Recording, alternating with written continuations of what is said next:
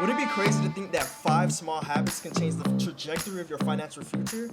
These 5 small habits can make a large difference in your financial journey. In this video, you're going to learn 5 habits that you can start today, ranked from easiest to hardest, but the harder, the more rewarding. Starting with number 1, check your subscriptions regularly. It is relatively easy to do, although we forget about them, to be honest. They just take the money and then, Apple took $2.99 again. It doesn't require as much mental effort and discipline as the other 4 that's going to be on the list. You don't have to be consistent with it, and you do have to know what's being taken out, how much is being taken out, and when it's being taken out your account. By eliminating these unused subscriptions or the ones that we don't even need, the gym, you can free a margin to pay off debt. You can put in your savings, investment, sharing, being generous, I don't know. Number 2, celebrate your small wins. Super easy to implement, but it requires a level of self-awareness to allow you to acknowledge your progress. It's often overlooked, but can be a great motivation to keep you pushing in your journey.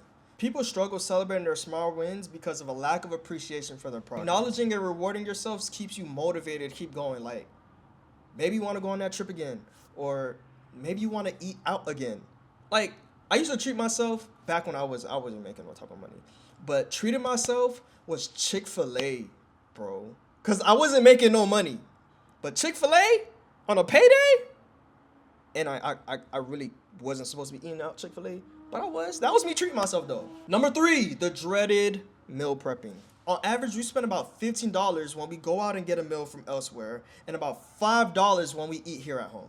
Not only do you spend less money, you have more food to eat. Jay, I don't know how to cook. There's plenty of YouTube videos out there. There's TikTok videos, Instagram Reels. Push come to shove, salt, pepper, onion powder, and you should garlic, Tony Satcheries. Like, you know what I'm saying? Just start naming off seasonings. Like, this is gonna take discipline off the rip. A lot of the times it's gonna feel like a chore, planning, cooking. What you can also try to do is like stagger your meals. Like, let's say you have 2 more meals left, you eat one, and that same day you got that one left, you go ahead and cook you another meal. So you're always having a meal to eat. So you're not coming home hungry, now you gotta cook, or you're considering stopping by somewhere. Meal prepping also leads you to healthier habits and literally will save you hundreds of dollars a month. And I'm praying for you, it's not weeks. Don't tell me you saving hundreds of dollars a week. It may be that if you got kids. Number 4, here we go. We starting to get deep. We starting to get hard.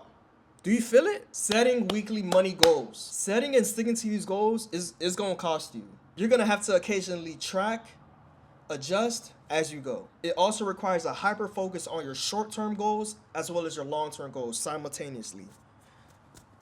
Together at the same time. It's easy to get distracted by the larger picture, but breaking these things down into weekly actions is going to take consistent effort and time management. By accomplishing these small things, it's gonna give you that drive, that motivation to keep going. And you pair that up with celebrating yourself, taking yourself out to Chick-fil-A. It's gonna motivate you to accomplish these larger goals, or it's gonna lead you down a way to get to these larger goals. Changing the person that you are, changing the way that you think, changing the way that your money is set.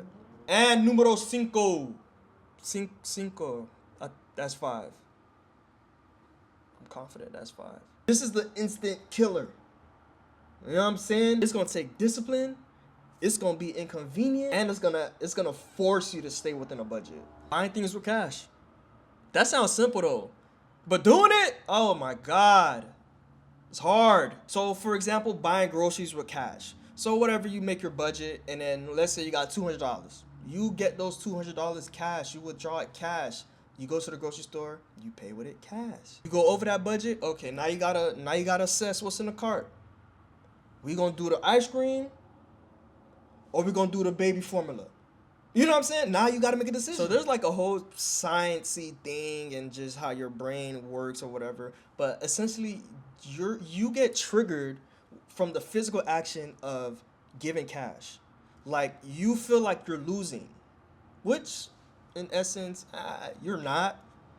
But the physical action of giving the money to the self-checkout machine or to the cashier, it's gonna feel like you're losing. It's gonna feel like a loss. That's also from the emotional connection that we have with our money. When you pay with the debit card, and don't even get me started with the credit card, You don't feel these things. You don't feel the instant transaction. You don't see it. And especially if it's a credit card, you'll get to it later, right? Paying with cash is not as convenient as it would have been paying with a card. It's going to require you to know your budget, know your limit, and pull out the cash. Now you got to go to the ATM. That's so out the way. It's going to make you be more conscious of your purchases. It's going to curb you away from these impulse buys, and it's also going to lead you to a behavior of making smarter financial decisions. Would it be unreasonable to try one of these habits today? Go ahead, let me know in the comments. Thank you for watching Debt Free Diaries. Peace.